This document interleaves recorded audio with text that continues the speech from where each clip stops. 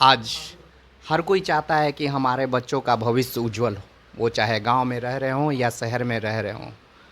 न जाने हर लोग की एक आस जुड़ी रहती है कि हमारे बच्चे पढ़ लिख के उच्च अधिकारी बने और हमारा भविष्य बदले, न सिर्फ सामाजिक बल्कि आर्थिक रूप में।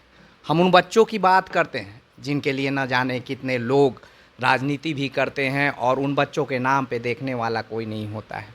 चर्चाएं होती हैं, हमारे देश की आज़ादी के 75 साल से ज़्यादा हो गए हैं, लेकिन आज भी उन सरकारी स्कूल में बच्चे पढ़ते हैं तो उन गरीबों के बच्चे ही पढ़ते हैं, उन किसानों के बच्चे ही पढ़ते हैं जिनकी आर्थिक स्थिति सुदृढ़ नहीं है। आइए हम एक चर्चा करते हैं, एक साधारणतः शब्दों में प्रयास करेंगे अपने शब्दों से समझाने का कि आखिर क्या बदलाव आई इन कुछ वर्षों में, पहले क्या था और अभी क्या बदलाव आई। और हमारे साथ बैठे हुए हैं जीवन जी, गया स्नातक शिक्षक से निर्वाचित वही जीवन जी, न जाने अपने कार्यों से सबके दिलों में अपनी जगह बनाते जा रहे हैं, क्योंकि ये सामाजिक संरचना इन्होंने काफ़ी अच्छी बना रखी है। बस हम साधारण सिंपल लैंग्वेज में बस ये लोगों को समझाने का प्रयास करेंगे कि आखिर क्या बदलाव आया। सर, आप जो कार्य कर रहे हैं वो हर कोई तो देख रहा है, लेकिन हम एक सिंपल सा आपसे एक सवाल जानना चाहेंगे, इन 75 सालों में पहले क्या होता था और अभी क्या बदलाव आई, वो ग्रास रूट लेवल के बच्चों के लिए जो एक चाहते हैं कि हमारा एक उज्जवल भविष्य हो। देखिए, एजुकेशन के मामले में देखा जाए तो लिटरेसी रेट हर जगह का अलग अलग है। बिहार का अलग है, यूपी का अलग है, झारखंड का अलग है, केरला का अलग है, बेंगलोर, मतलब जो भी है पूरे देश का अलग, आंध्रा का अलग है। तो लिटरेसी रेट अलग है। हर जगह हर राज्य ने अपना इनिशिएशन लिया और इनिशिएशन के हिसाब से वहाँ का डेवलपमेंट हुआ। बिहार ने जो इनिशिएशन लेना चाहिए था उतना नहीं ले पाया। अब देखिए, हम लोग की जो सरकार है, एनडीए की जो सरकार है, 2005 में नवंबर के पहले स्थिति जब ऐसी थी कि 30 से 40% स्कूलों में ताला बंद थे, वहाँ पर शिक्षक थे ही नहीं, तो वहाँ पर लोग ताला बंद करके चले जाते थे। आनन फानन में बहालियाँ हुई, बहुत सारी बहालियाँ ऐसी हुई कि तुरंत बहाल करना पड़ा। वहाँ पे 1500 में आपको याद होगा 1500 रुपये पे पेमेंट देकर तुरंत बहाली हुई, जिसको नियोजित शिक्षक कहते हैं। आज उन्हीं नियोजित शिक्षकों को हम लोगों ने स्पेशल टीचर का दर्जा दिया है, राजकर्मी का दर्जा दिया है। तो स्थिति में लगातार बदलाव हुई। अभी तो ऐसी स्थिति थी कि बहुत सारे स्कूलों में सारे शिक्षक नहीं हुआ करते थे।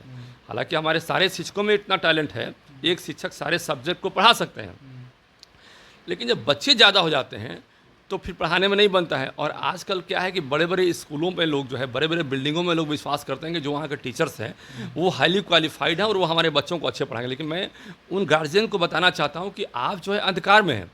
हमारे जो सरकारी स्कूलों में टीचर्स हैं उनके मुकाबले वो शिक्षक उतने क्वालिफाइड नहीं है, उतने एक्सपीरियंस नहीं है, उनका अनुभव की बात की जाए तो उतने अनुभवी नहीं है। यदि उनको 15,000, 20,000, 35,000, 30,000, 10,000 पे, 2,000 पे, 5,000 पे रखते हैं लोग, तो बहुत कम दामों में जो प्राइवेट स्कूलों की जो बिल्डिंगें जहाँ देख रहे हैं, बिल्डिंगें चमचमा सकती है, बिल्डिंग अच्छे हो सकते हैं, इंफ्रास्ट्रक्चर अच्छा हो सकता है, उसमें खर्च होते हैं, लेकिन उनमें शिक्षकों पर लोग खर्च नहीं कर पाते हैं। और इसी के चलते एक जो है स्थिति बनी हुई है कि बिहार में जो है बड़े बड़े बिल्डिंगों में बच्चे आजकल नहीं निकल पा रहे हैं। सरकारी स्कूलों से हमारे जो बच्चे हैं वो ज़्यादा बेहतर तरीके से पढ़ के आगे बढ़ पा रहे हैं। उनको तो भाई बहुत चीज़ झेलना है ना।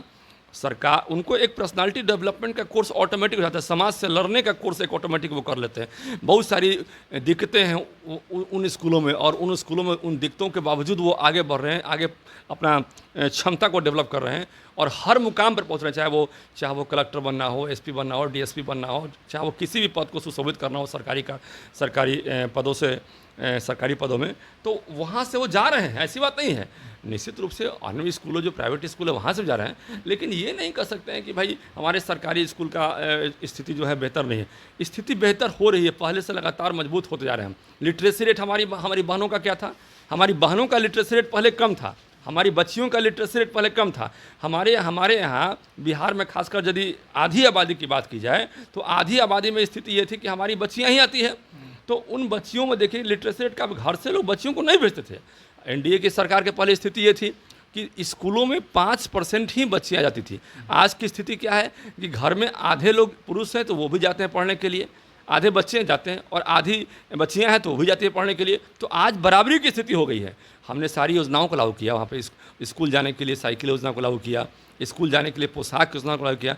आप कह सकते हैं कि हमने उनको आने के लिए एक आकर्षण पैदा किया कि आप आइए, खाने पीने के लिए मिड डे मील का हम लोग लागू किया वहाँ पे। तो बहुत सारी योजनाओं को लागू करने के पीछे कारण क्या था कि हमारे जो बिहार का लिटरेसी रेट है वो आगे चल के बढ़े। चूँकि ये बच्चियाँ आगे चल के कभी जब बड़ी हो जाएंगी तो उनकी शादी होगी, और शादी होंगे और नहीं पढ़े लिखे रहेंगे तो फिर वो डिपेंडेंसी उनकी हाई रहेगी अपने पति पर। तो ये जो है गलत है, ये समाज में एक गलत संदेश आएगा, हम अपने समाज को मजबूत नहीं कर पाएंगे। तो कहीं ना कहीं स्कूलों की स्थिति पहले से बेहतर हुई है।